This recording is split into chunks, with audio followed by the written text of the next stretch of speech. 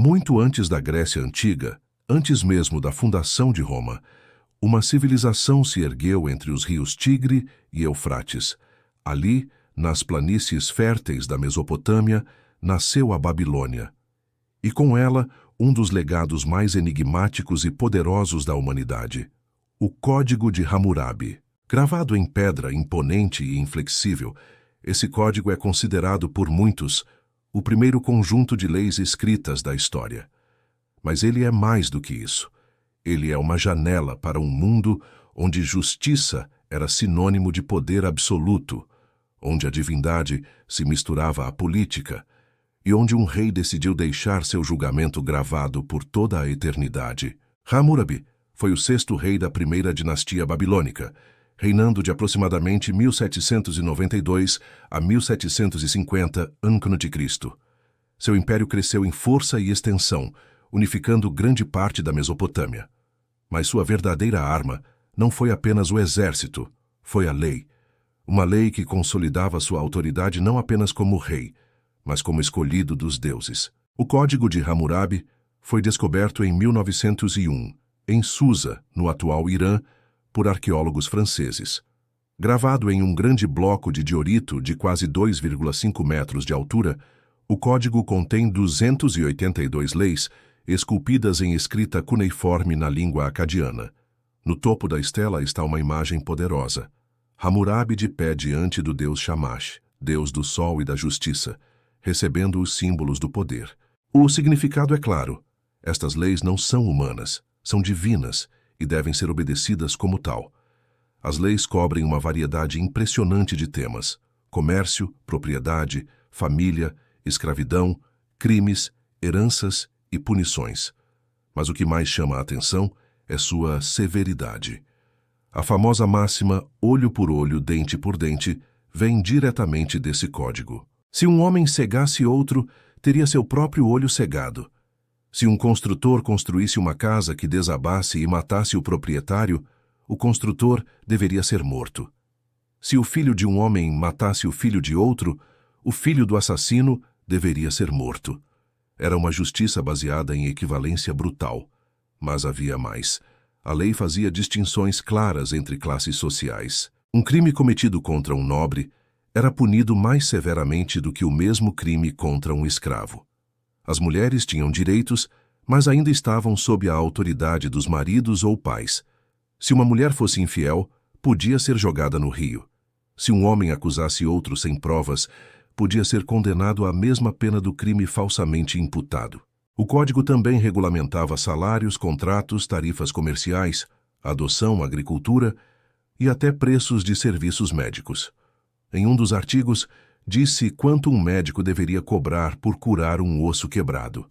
Mas também previa que, se o paciente morresse ou perdesse um membro, o médico teria sua mão cortada. Era uma tentativa clara de controle total. Justiça, economia, família e religião sob a autoridade do rei. Mas o mais intrigante é que este código, ao longo dos séculos, foi quase esquecido. Nenhuma menção ao Código de Hammurabi aparece na Bíblia, embora leis muito semelhantes estejam presentes no Antigo Testamento. O livro do Êxodo, por exemplo, traz mandamentos muito próximos em estrutura e conteúdo. Teria o código influenciado os escribas hebreus? Teria sido ocultado por razões teológicas? Muitos estudiosos acreditam que sim. A origem mesopotâmica das leis bíblicas é uma hipótese forte. Afinal, os hebreus viveram na região da Babilônia durante o exílio. Seria possível que tenham adaptado as leis mais antigas à sua tradição religiosa. Mas isso levanta uma questão perturbadora. Se as leis da Bíblia foram inspiradas por Hammurabi, o que mais foi herdado da Babilônia? E por que o nome do rei foi apagado da memória coletiva por tanto tempo? O código não era apenas um instrumento de governo, era também propaganda. Ele apresentava Hammurabi como um rei justo, escolhido pelos deuses, protetor dos fracos, destruidor dos ímpios. Mas por trás dessa imagem benevolente, havia uma estratégia de poder sofisticada. Ao escrever as leis em pedra, em linguagem acessível, Hammurabi estabelecia seu domínio como inquestionável. Quem fosse contra a lei era contra os deuses. Quem se opusesse ao rei era um criminoso. Ao mesmo tempo, a codificação da lei trazia uma ilusão de justiça para o povo. Afinal, havia regras claras, havia um processo, mas esse processo sempre favorecia o Estado. Era uma forma de dominação baseada em moralidade divina. E essa estratégia funcionou. O império de Hammurabi prosperou, mas após sua morte a Babilônia entrou em declínio. O código caiu em desuso. Cópias desapareceram. Até que, milênios depois, foi redescoberto por arqueólogos. E então, algo curioso aconteceu. O código se tornou símbolo da origem da civilização. Réplicas foram feitas.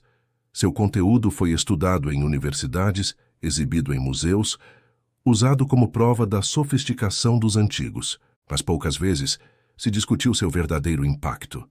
Poucos falam que foi uma lei escrita com sangue. Poucos admitem que sua justiça era seletiva, violenta, controladora. Por que essa omissão? Talvez porque o Código de Hammurabi revele mais do que gostaríamos de saber. Ele mostra que, desde o começo, a civilização esteve ligada ao controle, à coerção e à construção de narrativas divinas para justificar o poder. Mostra que, mesmo milênios depois, ainda usamos leis para impor, segregar, punir. Que ainda confundimos justiça com autoridade. E que muito do que chamamos de civilização começou com uma pedra gravada por ordem de um rei que decidiu que seu julgamento seria eterno. Mas será que ele estava certo? Será que aquelas leis merecem ser admiradas? Ou deveriam ser lembradas como um alerta?